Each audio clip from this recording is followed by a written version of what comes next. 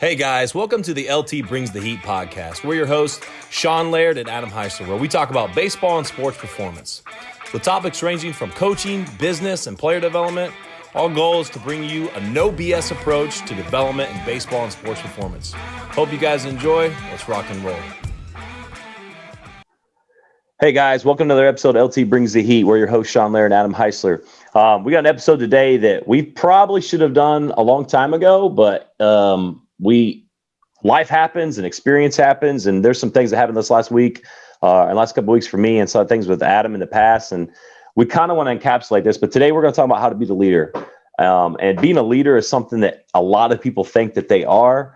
They think they have an idea what being a leader is. They think that they have the characteristics of being a leader, and we talk about this all the time. And there's a lot of times you get in businesses and you get in certain scenarios on teams, and there's a lot of guys that want to be a chief and not enough Indians. And for me, when you talk about being a leader, like there's a bunch of old examples. Like you got the old Bob Knight example of in your face, I'm going to get in your face and tell you what's up and intimidate you, right? You got the positive reinforcement examples of guys trying to talk good things. Then you got guys that kind of do a little bit of both. Certain players, they read personalities, or certain people, they read personalities, and they're like, okay, I can be harder on this kid. This kid, I got to kind of put my arm around a little bit, which for me, I think that latter is the most important one. And so what I want to do, and I know Adam feels the same way, is I want to give you meaningful insight on what being a leader is. Because I'm gonna be honest with you, being a leader in the real world, it's a lonely road. There's a lot of aspects of being a leader where people are naturally going to want to they're going to be drawn to you.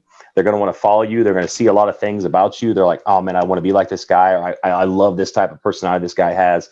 And there's going to be people that literally hate you for it. And there's going to be people that don't like you. There's going to be people that will talk behind your back, coaches, peers, parents, players, and this is for kids in school too. Like, it doesn't matter what profession you're in or who you are. Every person in this world is going to be a leader at some time or another in their life. Like if you're in a family, especially a father, you're going to be the leader of the family. Mother's the same way. Older siblings, friends, and in certain situations, being the leader in the right time when you don't want to be, when you're uncomfortable with it, might save your life. And a lot of times. So that's kind of what I want to intro in this to. And I know Adam's got a lot of perspective from his own life, and people from the North and South are raised a lot differently. So I'm actually really excited to hear Adam's side of things and what being a leader is all about with him. But how's everything going right now, Adam? Man, everything's going great, and I'm excited that we're going to be able to do this podcast here and kind of talk about leadership and how there are different ways to lead. I think too many people get so caught up into you have to be the best player if you're going to be a leader, or you have to be the best business person if you're going to be a leader, and it's not that. It's just you're leading a group and you're trying to get them to all buy in and follow you and take you to where you ultimately want to go. As coaches and teachers, we're impacting thousands of young children's life, and just if we're able to spread that positivity to them and spread the constructive criticism and know their experiences and be a life coach for them, it's just so much more important than just getting these kids better at baseball. And that's why I think we love what we do. And this is why we do this podcast, honestly. So I'm excited just to talk about leadership with you. And I know personally being around you, in my opinion, you were one of our leaders at South Alabama. It was more of you're a bigger, stronger guy, so you're going to be empowering, but it's not, I'm in your face all the time. It's going to get these guys together to work harder, whether it was in the weight room or sprints or sled pushes or sledgehammer slams. Like you just kind of naturally brought that out of people, which is a cool thing to do. And it doesn't have to be just necessarily because you're a big guy. Like Clint Reynolds could have been one of our leaders as well, and he's 5'6", but high energy, and he's going to be very positive. He's going to talk Bible verses with you, and it gets you to buy into other stuff. And it's just so many different ways to do this. So I'm excited just to kind of talk about different perspective as a leader, as a player, a leader, as a parent, and then also a leader as a coach. Absolutely, man. And you encapsulated that really well and kind of introducing it. And, if you're a leader and you are constantly you're never the perfect leader. You're always learning. You're always growing. It's just like with anything in life. It's never ending. You're constantly trying to strive to another level, another level, another level. But I will say that the leadership qualities that we're going to talk about in this podcast episode, it's going to enhance all qualities in your life. It's going to make your personal life better. It's going to make your relationships better. The professional life is something when people talk about leadership, that's kind of where people literally tend to kind of lean toward. It's more like of leading people out in the real world. But if you're not leading underneath your own home, it's not going to carry over into the real world as well. Now, I kind of want to start out with this. It's the biggest determinant to tell if you're a leader. And so this is something that I was thinking about really hard over the last couple of days. If anybody doesn't know, I actually had a bad injury in the weight room this past week. And so it put me out of commission for a few days. I tore some scar tissue from some old hernia repairs and injured my low back. And I've been seeing a PT, Rob Comer. I'm gonna give him a shout out here in Kokomo Team Rehab. He's been helping me out a lot. And I really appreciate that guy. But the biggest determinant. So if you are wondering if you're a leader or not, if you're sitting here going, well, yeah, I'm listening to Adam, I'm listening to Sean talk about this. If you are in a situation in life and you have wanted to say something and you didn't say it, and it's something maybe you're trying to say this person is doing something wrong, or this person is not standing up for what's right, or you're kind of following in that person's lead, whether you're in high school and you're following somebody with drugs, or whether, somebody in the profession is talking down about other employees and kind of bringing down and being that cancer as a leader, you're failing as a leader right there. That's a situation where if you're not wanting to step up and talk and you're not talking, you are failing as a leader. You have to have that comfort, being comfortable with being uncomfortable. And we talk about that a lot, but you have to be able to approach people. And I'm not saying you got to get in somebody's face, cuss them out, anything like that. What I'm trying to say is you have to approach people and you have to say, hey, I kind of disagree with this, kind of where's your head at here, and kind of approach people that way. But for me, that's the biggest determinant. If you're wondering if you're a true leader or not, is are you calling people out? And you don't have to be a dick all the time, but are you calling people out when you see things wrong? You see a kid getting bullied, you see somebody saying something negative about a player on the team. You have to address those things, whether you address it as a widespread thing or you address it on one-on-one situation. But for me, that's what I kind of gravitate towards is to be a leader, you have to be willing to have those uncomfortable conversations on a consistent basis. But Adam, kind of what's your biggest determinant factor when you're looking for leaders? Yeah, that's a great point there. And that you bringing that up made me start thinking, like, was there times in my life that I didn't say stuff when I wish I would have? And there was. And in college, I wasn't much of a talker, much of a rah-rah guy. And there was times I wish I would have stepped up to maybe just get a point across to the team. Coach Lucky is one of my mentors. I know he's one of yours as well. And I remember one thing he would always say is, like, if you hear me get loud or get onto you, like, you must have really done something, because that's just not my personality. And it was one of those things that if you heard that, it was more of a, oh crap moment. Like I fucked up and I did something I shouldn't have done, as opposed to, because if I got Coach Lucky geared up like that towards something that I did, then I really messed up. It wasn't like, this is the rah-rah coach that yells at me all the time, whether I do it right or do it wrong, he's always yelling at me. So that was kind of more of the approach I used in the kind of the leadership role, is just, I'm going to be very positive with you, but if that time comes that something has to be said, it has to be said. And the uncomfortable conversation is the one that we need now more than ever, especially just in general life. It's like you have to have these uncomfortable conversations to grow and to get it out there instead of hiding it in. And then once that person leaves, you're going to go run your mouth behind their back. It's just almost what's wrong with the world today. What's wrong with the world today? And then you add in the social media factor as well, as the keyboard warriors out there that are always, you can put something very positive out and they're going to come out underneath and try to take you away from it. It's almost like they're tempting you to see if they can get you to get back at them. And so we share ideas all the time about, hey, I just got a post from this, or I got a comment or a message about this. Like, I really want to respond, but I think we both do a very good job of talking each other out of doing something stupid. Because it's very easy to right away to be like, oh, I'm going to pop back at this guy. And then you look at the longer run and you got to think about all the kids that follow us or listen to us or watch us and watch our actions. Like you said, it starts at the house. If they watch your actions and you're doing disrespectful things, or you're running your mouth behind somebody's back, like, that's what they're going to see, and that's what they're ultimately going to do. So being a leader, I'm going to kind of agree with you from the standpoint of being a leader is you've got to speak up whenever something you see is not right. If you see a lady getting disrespected at a grocery store and you're not speaking up to kind of take her back as a man, then you're not doing something right. You're kind of just closing your eyes and walking the other way. And there's a lot of people out there that will do that are afraid to lead. And I think more than anything is what we want to get across in this podcast is it's okay to do that. It's okay to go out of your way and be awkward, or be, man, that guy stands out. And one thing we always talk about with each other is, like, we like to keep our circle as small as possible, because It's the people we trust. It's the people that are going to tell us the truth and be honest with us, as opposed to if you have 100 friends, they're all going to tell you what you want to hear sometimes. And that's not what you always need. You need to be set down. You need to be talked about and tell them, hey, this is what's really going on. Like, we've got to fix this, as opposed to just acting like everything is A-okay. And it happens all over in the business world, the work world,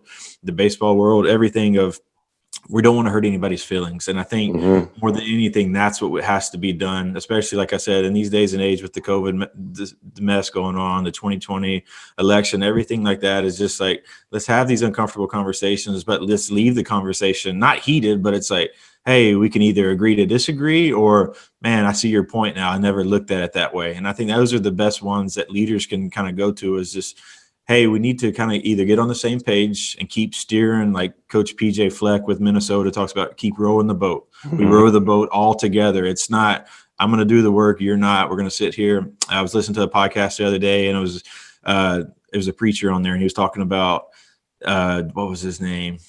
David Jeremiah. And he was talking about, they asked him, hey, what was the fastest you ever fired anybody? And he goes, it was in 10 minutes. And they're like, what happened? He said, so we have our big meeting, a big convention, and we just brought a new publicist on board. And I was like, we're setting up a big dining room with all these chairs in there. And I asked him to go pick up a chair. And he just kind of looked at me. And he goes, you didn't pay me to pick up chairs. You paid me to be your publicist. And he said right away, he goes, if that's the way you think, like, you're out, you're not going to belong in this culture. And he said 10 minutes later, that guy was out of a job just like that, because he thought he was bigger than putting chairs up for a convention center. That is I mean, that hit me hard right there, hearing you say that right there, because that's something about leadership. You have to be the guy that's willing to get dirty all the time. You have to be willing to clean bathrooms. You have to be willing. And I follow a guy named Andy Frisella. I listen to his podcast a lot. He has a podcast called Real AF and MFCEO. Obviously, you can take an idea what MFCEO stands for. But so when he talks, and he's very captivating, you listen to him, but and I say this ironically, I have said this for years, and I've gotten irritated. I've put this in videos for years, but he talks about grown men pissing on toilet seats. And he goes, I know everything I need to know on somebody. If they show up at somebody's house, or if they're at a place of business and they go to the bathroom and they're peeing on toilet seats, they don't clean it up. And for me, I used to be really angry about that, because people that don't know, I have something called IBS. So when I got to go to the bathroom, I got to go to the bathroom sometimes. So that would always piss me off already. But once I started having children, it got to a whole new level of me getting irritated. And that right there is a character 101 point. And another too is something that people bring up a lot, is leaving your shopping carts in the middle of parking lots. Yep. I take my 3 children to the grocery stores all the time. I still will lock them in the car and go put my shopping cart up. Am I the perfect leader in the world? No. Just like Adam was just saying, there's a lot of times in my life that I wish I would have said something or done something. And I'm going to bring up a story here in a minute that I did not do that. But I learned from that experience. And, now I'm constantly trying to be better. But, for me, and the definition of character is like doing what's right even when nobody's watching you. And there was a plaque or a big frame that was framed in one of my classrooms at South Alabama, I remember, for one of the professors. And it was obviously, it's corny, right? But at the same time, it's very true. And I love that you brought up about, in this day and age, we're trying to not hurt people's feelings. People don't want their feelings hurt. And I'm not going to get into politics right now, but there's a word that I hate more than anything. It's called toxic masculinity.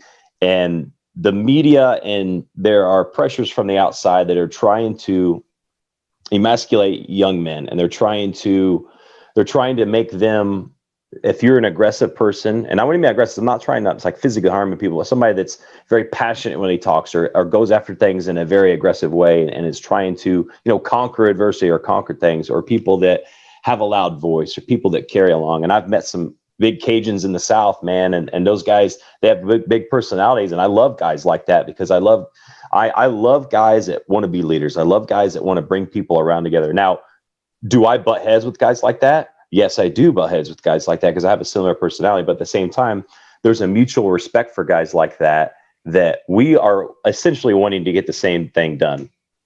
We want to get the right job done, but sometimes we have different ways of doing things. But that right there, I think for me, is when you're listening to this right now, don't let people tell you don't let people tell you that what you're saying is offending people and saying that's wrong. You can't say that because it offends people, or you can't say that because it hurts somebody's feelings. life is about getting your feelings hurt and learning from those circumstances. Life is about learning to have thick skin.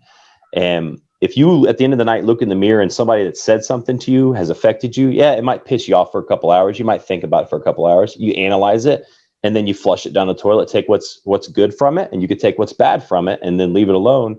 And then you grow as a person from that situation. How am I going to handle that argument scenario in the future? So I had somebody that approached me, messaged me the other day, and got butthurt about one of my videos that I posted. Was trying to say that I'm trying to tell kids to work through injuries. And that's not what I said. I said work around injuries. And he was trying to create his own context about what he thought the video was about. It was clearly, he was clear that he didn't watch the video.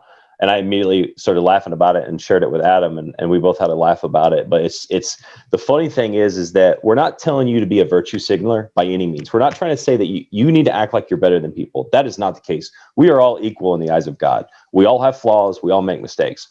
But what we are saying is something that you feel in your heart, something you feel that is being done wrong, or maybe you want to learn more about it. You've got to understand how to approach things. If something you believe 100% is wrong, you approach it straightforward, 100%. If you're not on the same page with somebody, you have to have an open form of communication and be able to talk with people. You have to be able to get what's going on, because you don't know where people are brought up in. Like, I remember when I went to South, I used to lock my doors to my truck all the time. And I grew up in a city, the people that know me in Kokomo, where crime kind of gets high. So that's my nature. And there was somebody that looked at me and basically called me weird because I'm locking my car and hiding my DVD or CD player all the time. I'm like, dude, and he was brought up in a nice area outside of Atlanta. That's not how I was brought up. So you look at people, you got to understand there are things that people have gone through in life that are the way they are.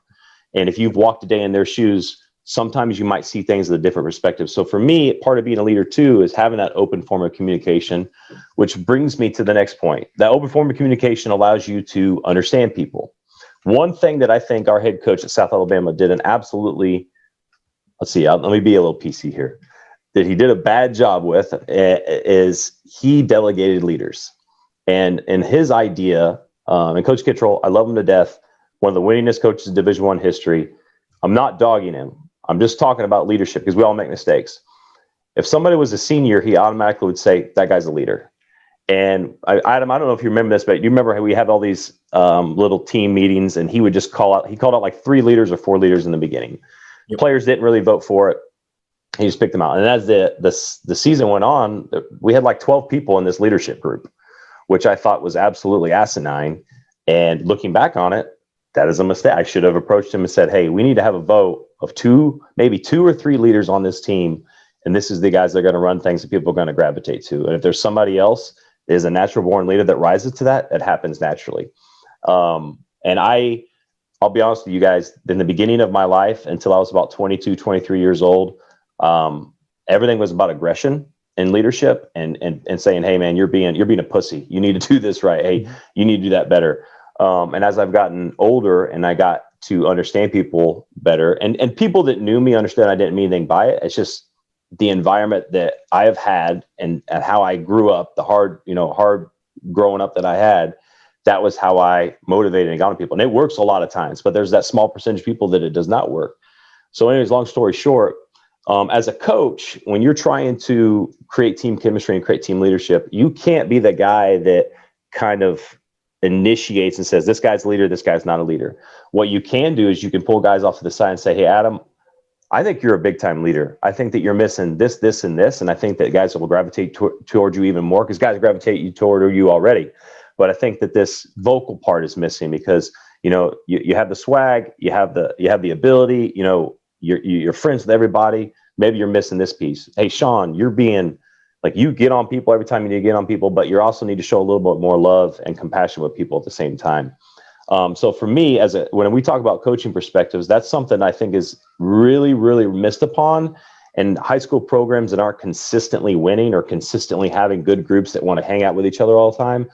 To me, that leadership and that kind of attitude and how to pick your leaders and how the leaders kind of grow from there, that's something I think is missing a lot, and especially in this day and age. But what's your thoughts on that, Adam? Yeah, I'm so glad you hit on that, because it goes back to just knowing your team, knowing the personalities of your guys. Is you recruit these guys, or you're coaching these guys in high school, and you know their 60 time, you know how hard they throw, but do you know like what's inside of them? Do you know what's going to happen when there's something on the line, when a pressure situation? Do you know how they're going to respond? I can promise you this, is if they're not willing to do the extra stuff in the weight room, when that time comes on the field, they're probably not going to get that base hit with bases loaded in a tie ball game to win the game in the 7th inning, just because of a standpoint of they're not willing to go the extra mile to face that adversity or to push through. And so when the going gets tough, like the old saying says, when the going gets tough, is who's going to rise to the top and who's going to want to be in the box and not be afraid of the moment in that situation. And it goes back to, in high school, we were able to win back-to-back state championships in 6A here in Alabama. And I'll tell you, you brought up like team hanging out together. And I'm telling you, like, whether it was a Friday night, we're all going to the movies together, or Saturday, we're going to a bonfire party, whatever it was all the whole 18 of us going as a group together. And that's honestly why we won. We work out together. We do our workouts at school, but then we go to Planet Fitness or Gold's Gym, whatever it used to be called, and go work out together. And right after that was over with, to get the extra lift in, we'd meet up and hit in the mornings before school. Like, we would do that. And then I remember transitioning from high school, where we were very successful, to junior college. And like you mentioned, there's different personalities. There's different ways that people go about this thing. And myself and 4 of my teammates from Baker actually went to this junior college. And right away, we're like, this is different. Like, this is very weird, because we're not all hanging together. Like, it's just kind of clicks here and there. And then slowly but surely, we're not having the success that we did back in high school. And I'm not saying it was the coach's fault or was anything. We didn't have enough pitching. That was one problem. But but besides that, I think just the team chemistry. And it almost became to a fact where, talking about not being a leader, we kind of went against each other, where it was like, man, our offense is really, really good, but our pitching stinks. And it was kind of like a back and forth. And like, we used to give them a hard time, but looking back, I'm like, I know how pitchers are. Maybe it wasn't the best thing to give them a hard time, because maybe they weren't ready for it. And it was like, man, this guy's being disrespectful to me. No, we're just kind of jabbing, like, hey, we're doing our job. It's time for you to do your job. And they took it a little bit different. And then when I transferred to South is when it really got different, because like you mentioned, as we show up, and I'm a junior coming from junior college, and Kitcher already names these leaders. And I'm like, all right. I mean, I guess it's good guys. I don't know anything about him. I'm all right. He's a senior. He hit this last year, so he's going to be our leader. And then I start to see how they act, and I'm like, man, this is not a leader. And then I see how they're affecting our freshmen, and they're kind of showing them the ropes as a freshman of skipping curfew, hanging out at night. On the road, we're going out, and then we're not getting back till 5 a.m. in the morning. We have a game the next day. And like, these are what these seniors are spreading this down to juniors, sophomores, freshmen, and kind of showing them the way, so they don't know any better. So when they come through there, they're like, this is just natural. Once you become a senior, you can kind of do whatever you want. And so I think from that standpoint there, is that goes back to just knowing who your team is. And I go back again, I don't think that's why we were able to get to that regional that we should have been at, is because of a standpoint of we didn't have the right guys leading us, both our junior and senior year. We didn't have the guys doing the extra things. I think the hardest we ever worked was when Coach Elliott came in, and we would do those Friday mornings up at the field. And that was the best I ever saw our team chemistry. Was we're all there together at 5:30 a.m. competing against each other, but that wasn't translating to competing during the practices. And so it was kind of cool at that standpoint, like, man, this is what we could really be. And then we get back to practice, and it was kind of outfielders go hang out, pitchers go hang out, everybody kind of just does their own thing. And I'm not saying that everybody has to like each other in the locker room, because that's not going to happen, but everybody needs to respect each other, and everybody needs, and that's where the leaders come in. If that person, you have 2 or 3 leaders at the most. And whenever something needs to be said, they take it to the coach, or they take it to you guys. So when they hold these player-only meetings, it's not 12 guys trying to talk at one time. It's no, these are the 3 guys. They're going to lay the foundation. They're going to lay the rules of what is appropriate and what's not appropriate. And either you get on board or you get out. And now that open line of communication to the coach is, hey, man, what's going on here? I'll never forget my last year in Winnipeg, Canada. I was playing. We had just made a big trade. We're in the middle of a playoff race. We picked up another outfielder, and our outfielder was already stacked and loaded. And all of a sudden, we had like a little trifecta, or I guess quadruple going on, where one would DH, then the other guy left, center, right. And it was just like a big rotation a big rotation going through, and you're like, wait, what's going on here? We're starting to lose at bat. Some guys are losing playing time in the field. And there's a lot of that being talked about in the locker room. And this was the first time in my life I said, all right, I'm going to talk to coach. And I walked in, knocked on coach's door, and he has another coach in there with him. He tells him to leave, and he's like, what's going on? And I said, your locker room's losing it right now because we don't know what's going on. Like, we are so used to coming and checking the lineup every single day that now it's getting to a point where we have guys that establish themselves. We just picked up another outfielder to ultimately help our team, but we're just kind of trying to figure out where he fits in. Why didn't we pick up a corner infielder or something else?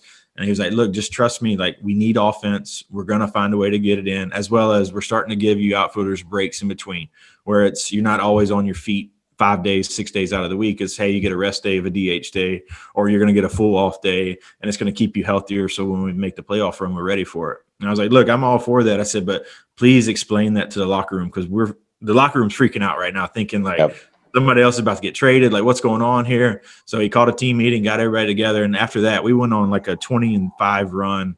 We ultimately ended up winning the whole thing. And I really think just that conversation of going to the coach and having him explain to us what was going on helped everybody be at ease and just play the game hard. And we all had a reasoning of what was going on, as opposed to playing, man, am I going to get cut the next day, or am I getting traded? What's going to happen from this standpoint going forward? And so it's those conversations that have to be done. And it starts with one or two guys. And that goes back to when we just talked about is, if you feel like something needs to be said, step up and say it. Like, encourage kids to do that. Encourage people to do that. Is just step up, speak your thing, speak it out to these people and let them know. Because I honestly think, looking back, that I think our skip didn't have any idea we were freaking out in the locker room. He thought he just picked up a big time bat and we're ready to roll. Needless to say, we're all worried about playing time stuff. So that being said, was a huge key to our successful run right there. And it all just goes back to leadership and having that accountability and having the people in the right spot to have this kind of all get on the same page. So now we can, once again, row the boat in the right direction and go forward there. So I'm so glad you brought up the South Alabama stuff, because I totally forgot about that, except when we showed up the first day and the leaders were already announced. And and that's to know a couple of them, and I'm like, wow, this is supposed to be our team leader right here. And that's something I thought about all the time. And we actually had a meeting with the coaches later on. And a lot of times, you could tell there was some passive aggressiveness in the room when the coaches were all talking. And there were certain things that were like, hey, like you cling on to things too much, coach. Like you talk about things for 5, 6, 7 days, like, let it go. Like, people are going to make mistakes, and they would always say, like, don't take how he's saying it, take what he's trying to get across, take the point, which that wasn't the case. We understood that. But I think the one thing as a head coach, and like your coach did a phenomenal job listening to you there and communicating, like, if you communicate all the time, and if you're going to change something up in the middle of the season, or if something's different, I think a lot of coaches are a little scared or intimidated or worried of the backlash they're going to get by just open form communication. And I think the thing is, just because somebody disagrees with you on the team does not mean that they don't respect you. Does not mean that they're not going to trust you. They kind of just want to be in the loop and want to know what's going on. We were talking about before, like, we didn't know what was going to go on at practice. We didn't know we were going to have 4 or 5 hour practice, didn't know what was going on. That mentally drains you. It does not prepare you for the next day or for that night of homework or whatever you got to do. And like you said, knowing your players, like, I can't stress this enough as a coach of knowing your players. You can't pick leaders the first week. I don't think you could pick them the second week. I think it's something that happens naturally over the course of time. And as a coach, like, if you see things in guys that have leadership qualities, that's when you talk to them off the side, and that's when you're building the leaders behind the scenes, and then allow those players to pick the leaders at a certain time. Say, hey, you guys are picking your captains. We just had 4 weeks of fall ball. We're going to pick your captains now. Or say, hey guys, next 4 weeks, we're going to let this team mesh. I want you guys hanging out with each other. We're going to have these team dinners, the end of this fall, or into these, red, blue World Series. We're going to have leadership. We're going to have the leaders picked. And that's something that I think that, for me as a coach, and I always tell the Bulls players at the beginning of the year, and this is where we talk about leadership as a lonely road. I will tell the players at the beginning of the summer, like, listen, I'm going to get on every single person here. There's going to be times that you're going to feel like the smallest person in the world. And I rarely ever will really raise my voice. I have that natural, which I've talked about before, natural intimidating personality, not meaning to just an aggressive personality, because I believe in what I believe and I go 100% into it.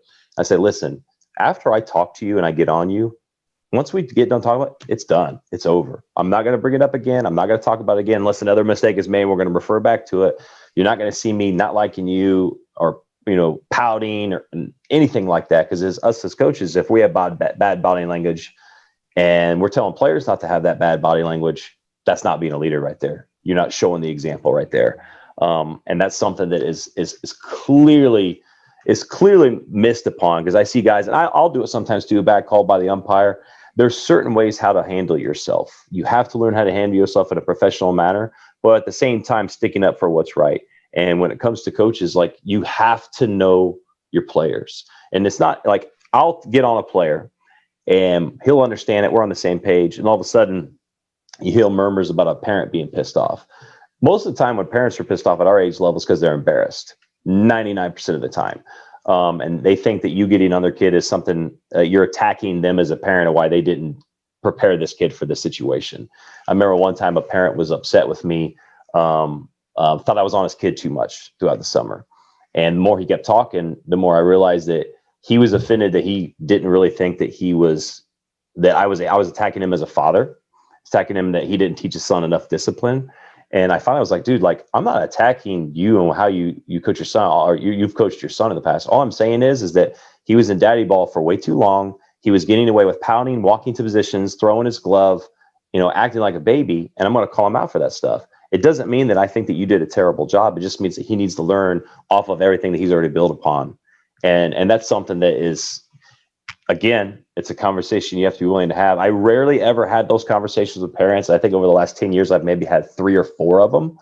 But that was one example of a parent that just, he thought I was being a dick to his kid all the time. And the funny thing is me and the kid got along great. Mm-hmm. You would never would have thought the parent was pissed off. And that's where the miscommunication is. So as we transition from the coach perspective and we kind of transition to parent and players, you have to communicate with your parents about what's going on. And if they're upset about something, you got to understand, especially at our age level, 15, 16, 17, you need to be having these conversations on your own. You need to be approaching your coaches on your own if you have a problem. But also, you have to communicate with your parents on your schoolwork. Are you hanging around the wrong guys? I was just talking to a kid the other day. There's certain guys he was saying, smart kid. I mean, I'm not going to mention his name, but he's saying, I'm cutting certain kids out of my life because they're getting into drugs and alcohol and stuff. And I don't want to be a part of that. I go, dude, man, you're already way ahead of the game, man. Yep. If you're seeing that right now and you know that and understand that and you're getting away from that type of environment, dude, you're going to be such a big leader and you're going to be able to focus on your goals and achieve those goals in the future. But that's a big thing for me. Adam, you got anything on that when it comes to the parent or the player perspective? Yeah. And I think the big thing is leaders, you almost have to accept that you're going to be different. You're going to be viewed different. You're going to get made fun of for maybe being coach's pet is what people are going to get jealous by. Is like, you're going to be attacked by people and you have to know what people to cut out. And that's such a cool thing that this high school kid is able to realize that at such a young age of, I know the crew I need to hang out with to get me ultimately where I want to be. He's not doing I want to be the coolest kid in high school, so I'm going to go drinking on the weekends. I'm going to go do this. I'm going to be the party boy. And I'm also the quarterback. I'm also the outfielder on the team, blah, blah, blah. No, he knows what his role is and he's staying with it. And he's surrounding himself with people that are ultimately going to push him to the place he wants to be. Because being a leader also, you got to understand is who you surround yourself with is ultimately what's going to happen to your personality. Mm-hmm. Like if your personality, if you're a guy that's always on time, you're not going to hang out with people that are always late. If you're a guy that cusses a lot or you don't cuss very much, you're not going to hang out with people that cuss up a storm. It's just, you're going to surround yourself with people that you want to be around, that you enjoy being around, and that you have the same principles and views being around.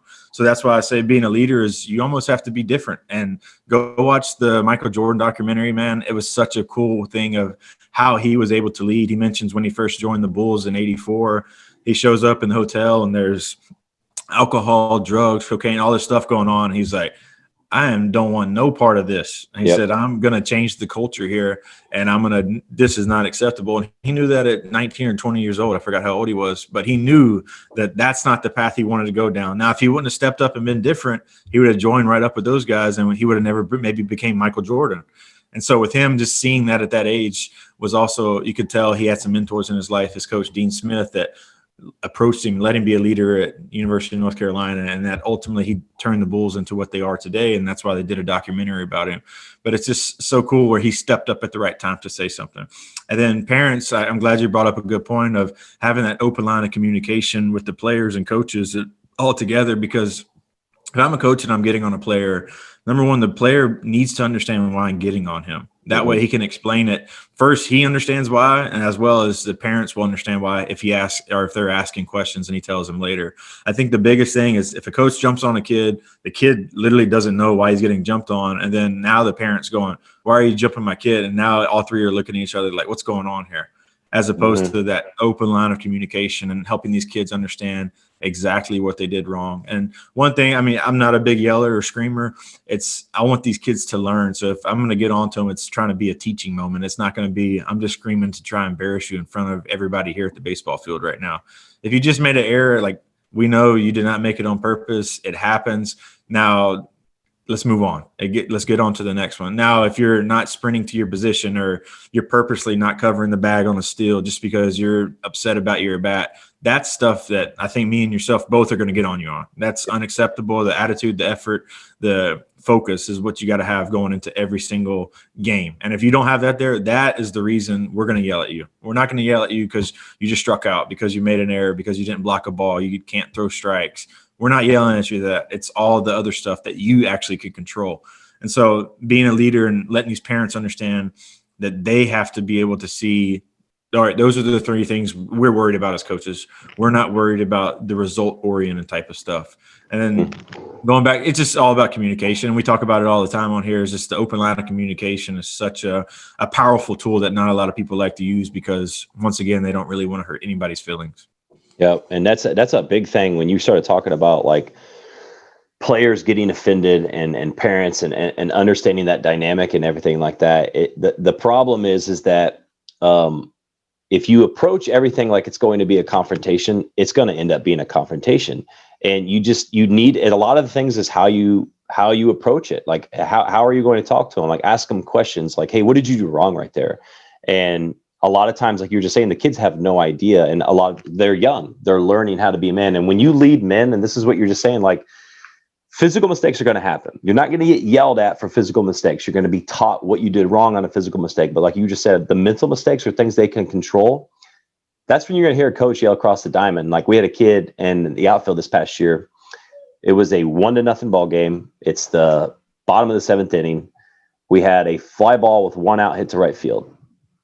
And this is right after he dropped the fly ball and the kid got to third base. I'm not going to mention the kid's name is obviously. The next fly ball comes right back out to him. All he's got to do is catch, throw him out. He catches the ball and stands there. Doesn't throw the guy runs and scores. All I yelled is, do your job across the diamond really loud. Yep.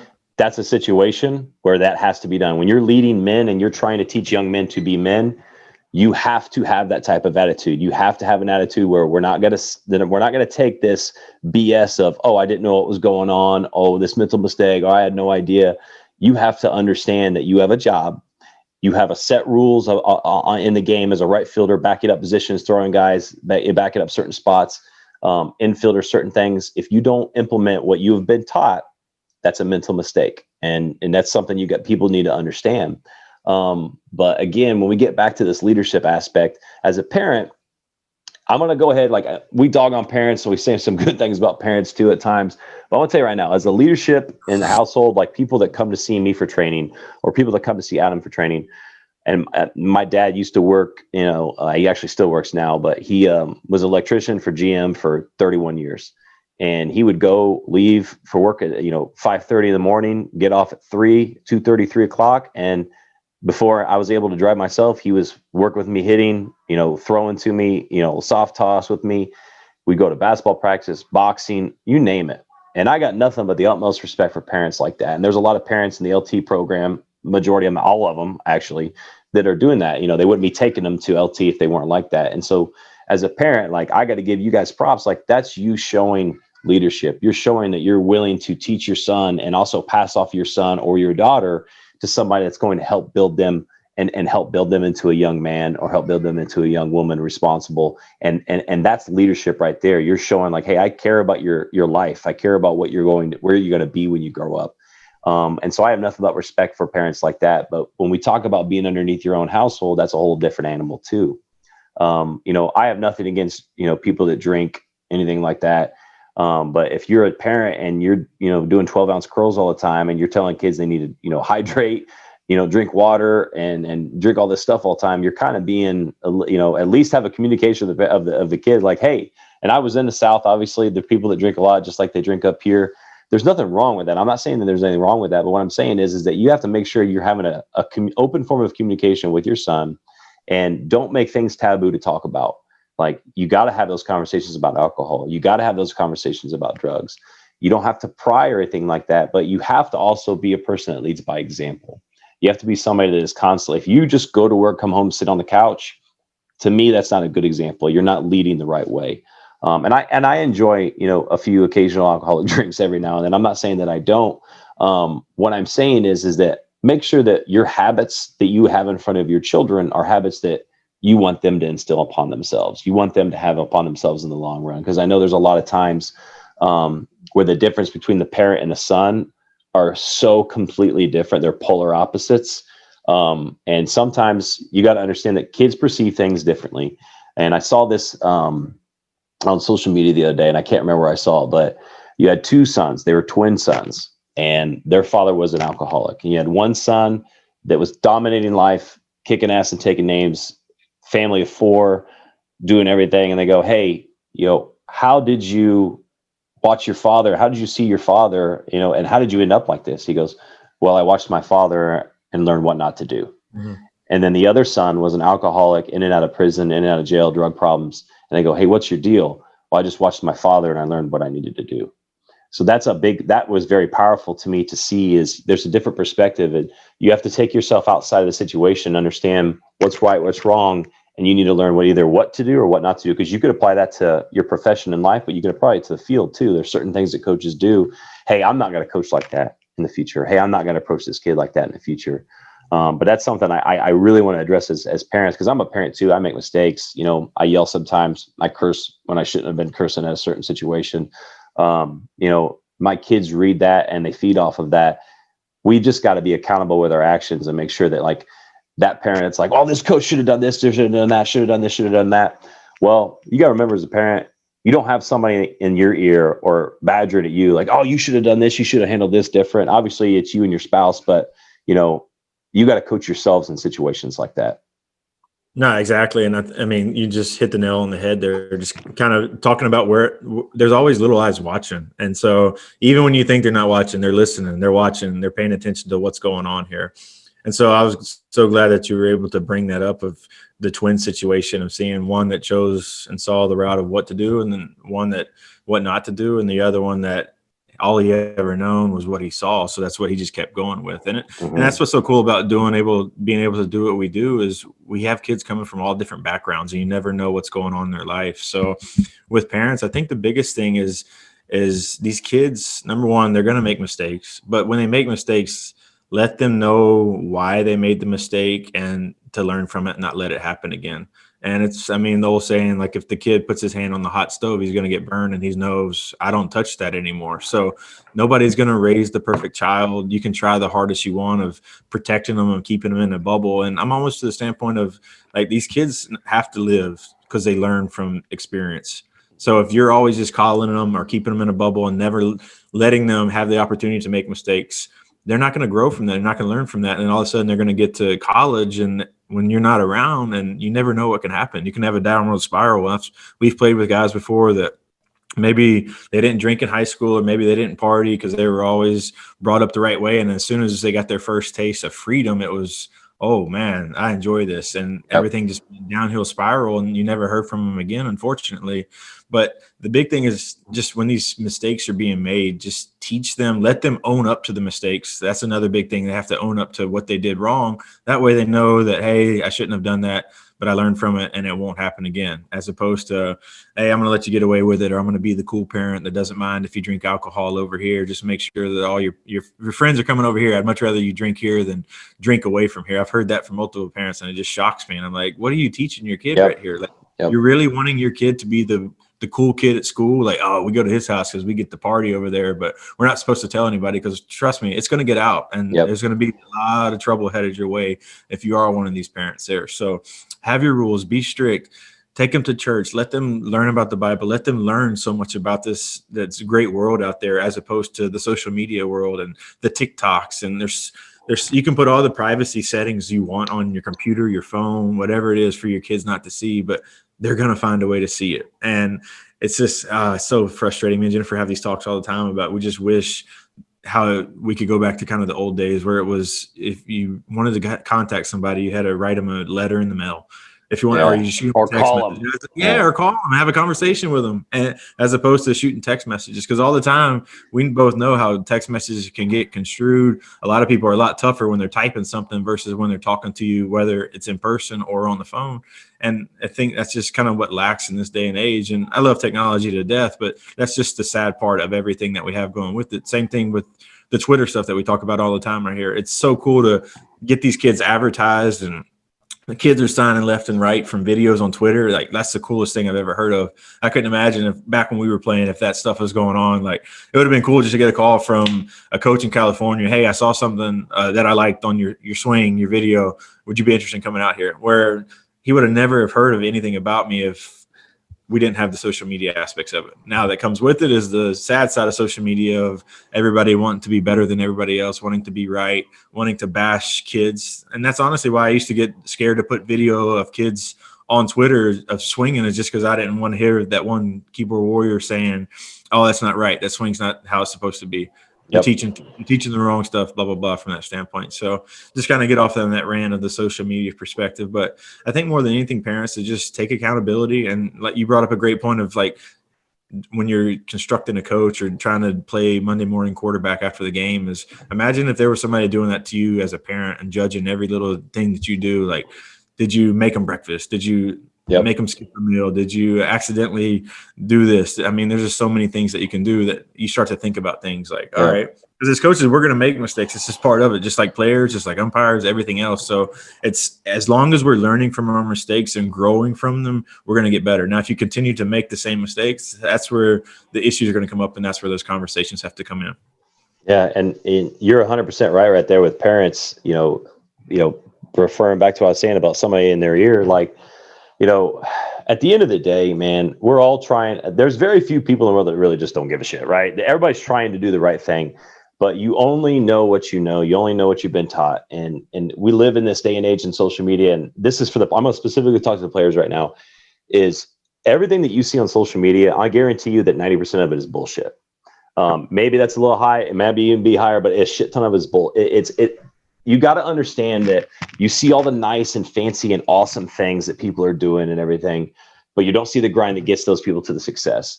You see a certain way that somebody's acting, and they put on like they're this type of person, but in reality, in real life, you know, there's a lot of people that do what we do, and I know them personally, and I know that they're a POS, or I know that they're a really good person and everything. And I make sure, like, when I talk about other people, and this is something that I feel like is being a man, this is what you had. And I tweeted this out the other day, but being a man is being a leader, but also being a man is not getting offended, not running your mouth, not saying things that you wouldn't say to that person's face. And part of being a leader is you don't want to be this gossiper. You don't want to be running your mouth behind people's backs. I just learned of a guy that I have zero respect for, was telling people that people get injured in my programs, which is complete and utter bullshit. But he's saying that because of his insecurities. He's saying that because he feels like he needs to validate himself as an instructor. And I hear negative things, right? The majority of the stuff I hear is obviously positive. I would not be in business if the majority of the stuff that I heard was not positive. But there's always going to be haters. There's always going to be negative people. So as a parent, as a player, if you're going to an instructor, or if you have a coach that is acting like that, that is a red flag. And all you've got to do is just say, hey, have you talked to that person about that? Is this true? Like, would you say this to his face? I'd feel uncomfortable about you saying that. And there's nothing wrong with voicing your opinion about somebody, but there's definitely wrong about trying to defamation of somebody's character. And you're talking about the keyboard warriors, and it happens all the time. People on Twitter doing this or doing that. I take pride that everything that I tweet out, everything that I do is true and is who I am. I know you do the same thing. Everybody's different, but I will say this: as a leader, and if you want to be a leader, you have to understand, smoke and mirrors. You have to understand people trying to pretend to be something they're not. And all you have to do in order to figure that out, talk to them. You just talk to them and you get to know them, and then things are going to start. You see, the cream will always rise to the top. And so players that are listening to this, if you have a problem with somebody, confront them in person. Coaches, parents, same thing. Don't be tweeting out stuff and saying stuff. You can use it as an example if you want to use it as a teaching moment online or whatever, go for it. But don't be, we talk about this all the time. College coaches are watching it. Players, if you're on there, mother effing somebody on social media, that's showing lack of character. That's not showing how to be a real leader right there already. But I kind of want to close out with, what are we doing as a leader if we're not also learning how to be a follower? Because I think there's something that, as a leader, you have to understand when to delegate. And I do a bad job with this sometimes. They need to learn to delegate more. But you have to understand, if somebody's really good at what they do, like, me and Adam are planning on doing something together here in the future with some hitting and things like that. There's going to be certain strengths that we need to work on and feed off of each other. And there's going to be a plan that, hey, I need to delegate, or Adam needs to delegate this. And we need to understand that we've got to feed off each other and work with each other's strengths. So I will say this: to be a good leader, you have to be a good follower first. You have to be a good worker first. You have to understand when to lead, when to follow, but you also have to understand, like, this is something that is different with every group of people you're with. When you're a project in high school, there's going to be a leader in the group. You got to learn to delegate. You're a leader of a baseball team. You got to get stuff together. Maybe you're working for a fundraiser for a program. You got to delegate and have people. Don't put it all on yourself, because the leaders that really fail are the ones that try to put everything on themselves, and they're not utilizing the strengths of the people that surround them.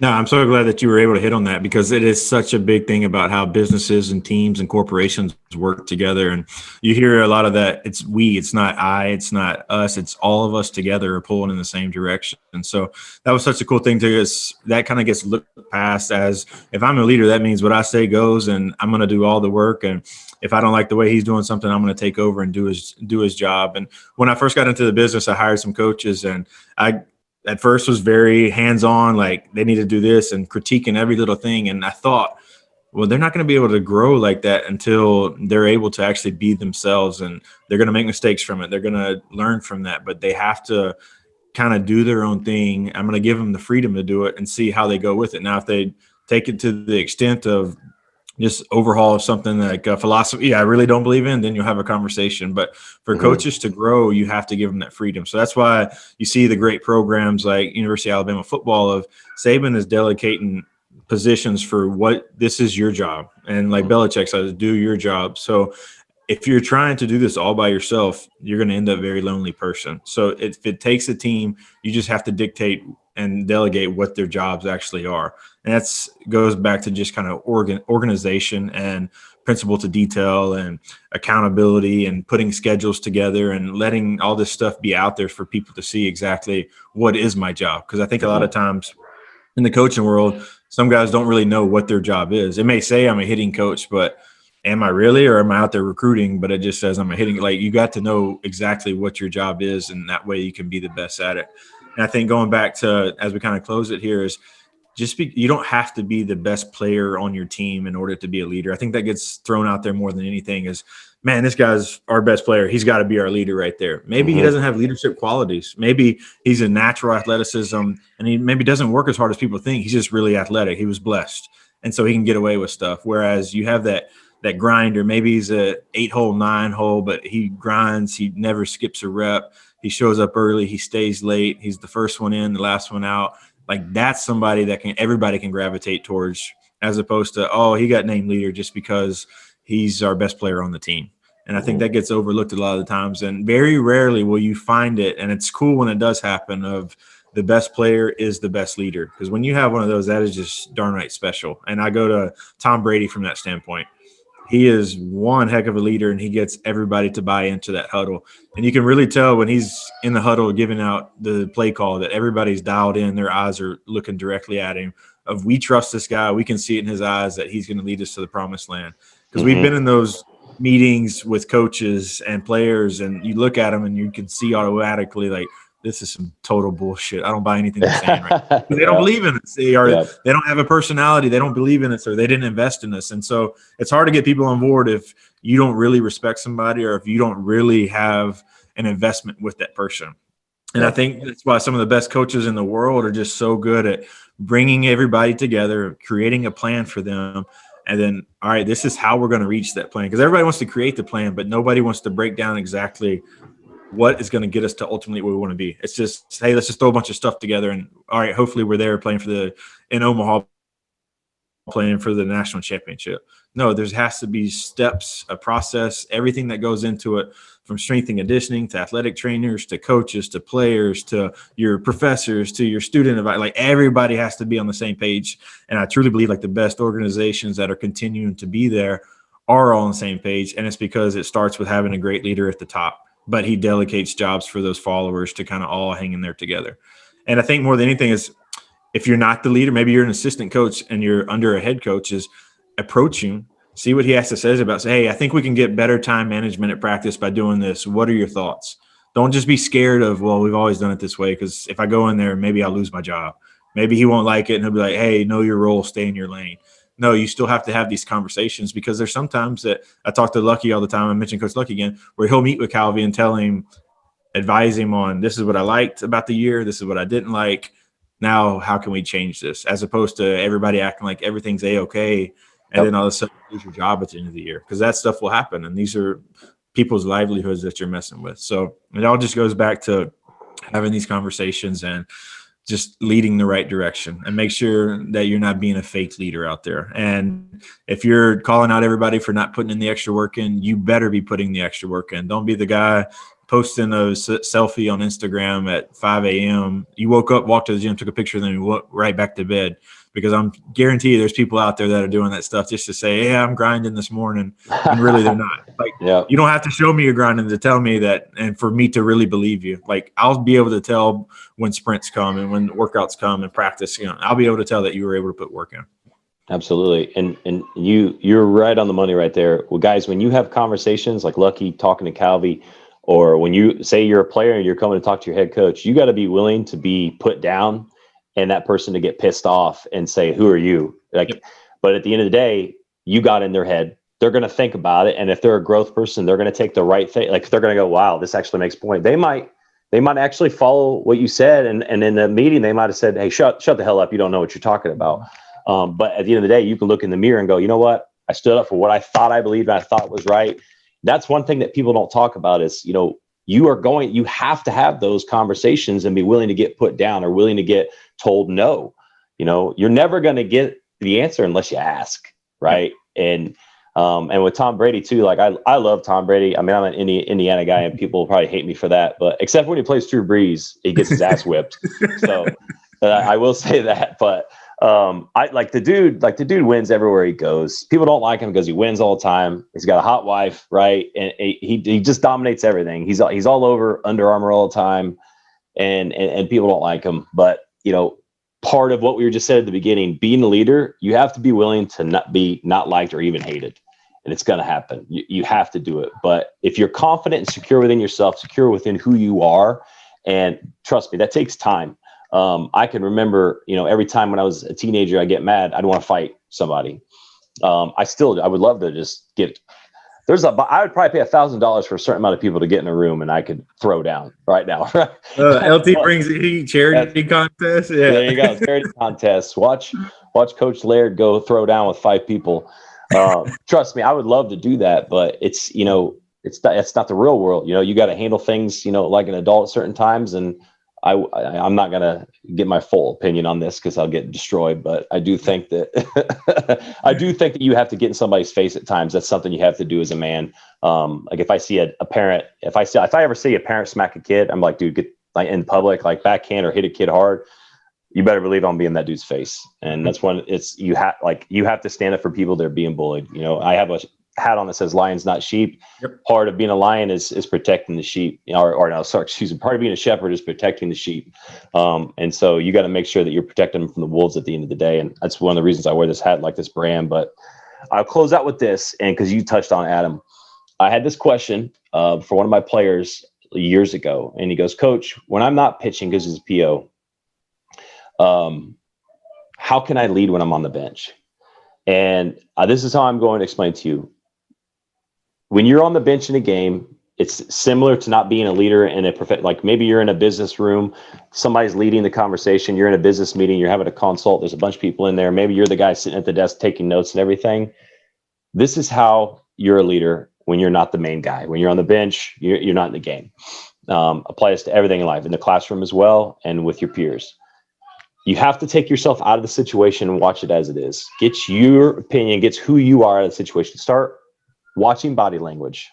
Watch guys that are down on themselves. Because a lot of times being a leader on the bench, you just got to go put your arm around a guy and like, hey, dude, you're going to kill it next time. You just had that last at bat. Sometimes you need to build somebody's confidence. And a lot of times being on the bench, you can build confidence.